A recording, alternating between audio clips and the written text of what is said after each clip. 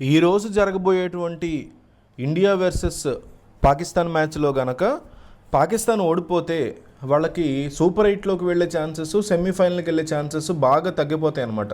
So ఇది చాలా crucial match వాళ్ళకి. మొన్న పైగా అమెరికా మీద, యూఎస్ఏ మీద ఓడిపోయారు.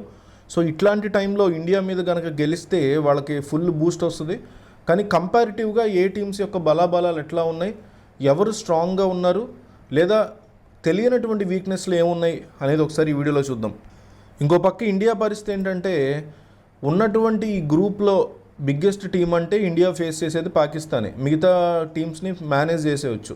సో మన వాళ్ళు ఏంటంటే పాకిస్తాన్ మీద ఆడేటప్పుడు కాస్త ప్రెషర్ ఫీల్ అవుతారు. అట్లాంటిది ఈ మ్యాచ్ కనుక గెలిస్తే సూపర్ ఎయిట్కి చాలా ఈజీ ఛాన్సెస్ ఉంటాయి. ఎంత హై వోల్టేజ్ మ్యాచ్ అయినా ఇండియా పాకిస్తాన్ మ్యాచ్ అనగానే ఇండియా డామినేషనే గడిచిన ఒక 10 ఏళ్లుగా most of the domination India నుంచే ఉంటుంది. వీళ్ళిద్దరి మధ్య హెడ్ టు హెడ్ చూసుకుంటే ఇండియా పాకిస్తాన్ 12 మ్యాచ్ల్లో T20 మ్యాచ్లు ఆడారు. ఇండియా ఒక 9 మ్యాచ్లు గెలిస్తే పాకిస్తాన్ 3 మ్యాచ్లు గెలిచింది. న్యూయార్క్లోని నసౌ క్రికెట్ స్టేడియంలో ఈ మ్యాచ్ జరగబోతోంది. ఇప్పటి వరకు ఉన్నటువంటి పిచ్ రిపోర్ట్ ఏంటంటే ఇది ఒక లో స్కోరింగ్ పిచ్ కింద కన్సిడర్ చేసుకోవచ్చు.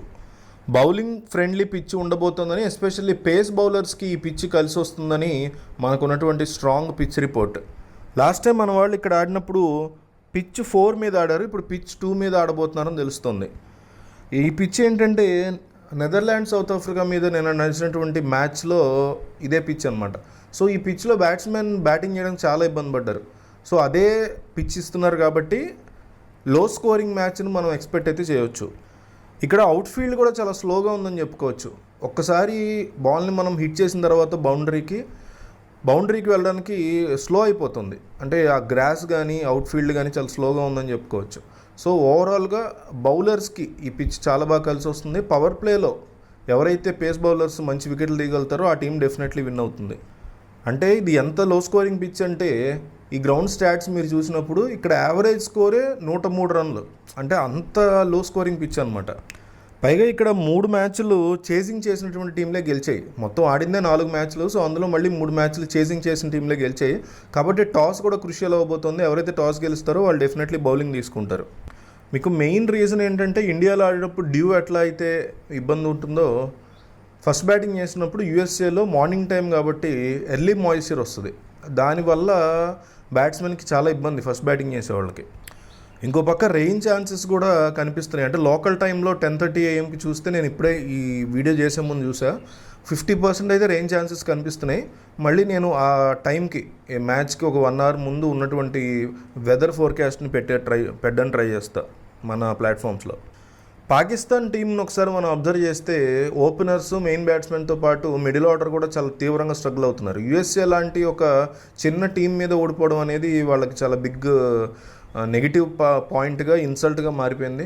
సో ఇండియా మీద కనుక గెలిస్తే అదంతా మర్చిపోయేటువంటి అవకాశం ఉంటుంది వాళ్ళ ఫ్యాన్స్. సో వాళ్ళ మీద విపరీతమైనటువంటి ప్రెషర్ ఉంది. ఈ ఫఖర్ జమాన్ కనుక క్లిక్ అయ్యాడంటే మాత్రం డెఫినెట్లీ ఇతను ఒక్కడే మనల్ని ఖచ్చితంగా దెబ్బతీసేటువంటి వ్యక్తి అవుతాడు అని మనం ఎక్స్పెక్ట్ చేయవచ్చు.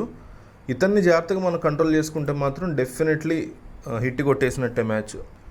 అండ్ బ్యాటింగ్లో అంతవరకు మనం కంట్రోల్ చేసుకుంటే చాలు. కానీ బౌలింగ్ విషయానికి వస్తే మాత్రం చాలా స్ట్రాంగ్ పేస్ అటాక్ ఉంది పాకిస్తాన్కి. ఇది ఇండియాకి డేంజర్గా మారేటువంటి సిచ్యువేషన్ ఉంటుంది. ఓపెనర్స్గా వచ్చేటువంటి కోహ్లీని, విరాట్ కోహ్లీని, రోహిత్ శర్మని ఇద్దరిని కూడా అవుట్ చేయడానికి వాళ్ళు ఫుల్ ప్లానింగ్తో దిగుతారు. మరి దాన్ని మన వాళ్ళు ఎట్లా డీల్ చేస్తారనే దాన్ని బట్టే ఈ మ్యాచ్ యొక్క రిజల్ట్ ఆధారపడి ఉంటుంది. ఇంకో పక్క ఇండియన్ టీం చూసుకుంటే బ్యాటింగ్ లైనప్ మిడిల్ ఆర్డర్లో సమస్యలు ఉన్నాయి. కానీ ఓపెనర్స్గా కోహ్లీ రావడం, రోహిత్ శర్మ రావడం అనేది వెల్కమింగ్ ఫ్యాక్టర్ కింద కన్సిడర్ చేసుకోవచ్చు. ఎస్పెషల్లీ కోహ్లీకి మంచి రికార్డ్ ఉంది పాకిస్తాన్ మీద. లాస్ట్ టైం T20 వరల్డ్ కప్లో సింగిల్ హ్యాండ్తో పాకిస్తాన్ మీద గెలిపించాడు మనోడు అనేటువంటి రికార్డు ఉన్న సంగతి మనకు తెలిసిందే. ఇంకో పక్క హార్దిక్ పాండ్యా కూడా పాకిస్తాన్ మీద చాలా మంచి స్ట్రాంగ్ రికార్డు ఉంది. ఎస్పెషల్లీ బౌలింగ్లో చాలా ఎక్కువ వికెట్స్ తీసుకున్నాడు పాండ్యా పాకిస్తాన్ మ్యాచెస్ ఆడినప్పుడు. ఆల్రెడీ మనం ఇది స్లో పిచ్ అని చెప్పుకున్నాం కదా, లో స్కోరింగ్ పిచ్ అని. సో ఈ పిచ్ మీద బుమ్రా కనుక చెలరేగితే మాత్రం పవర్ ప్లేలో ఒక 3 వికెట్లు స్ట్రాంగ్గా తీసుకోగలిగితే మ్యాచ్ కంప్లీట్గా 1-sided అయిపోతుంది.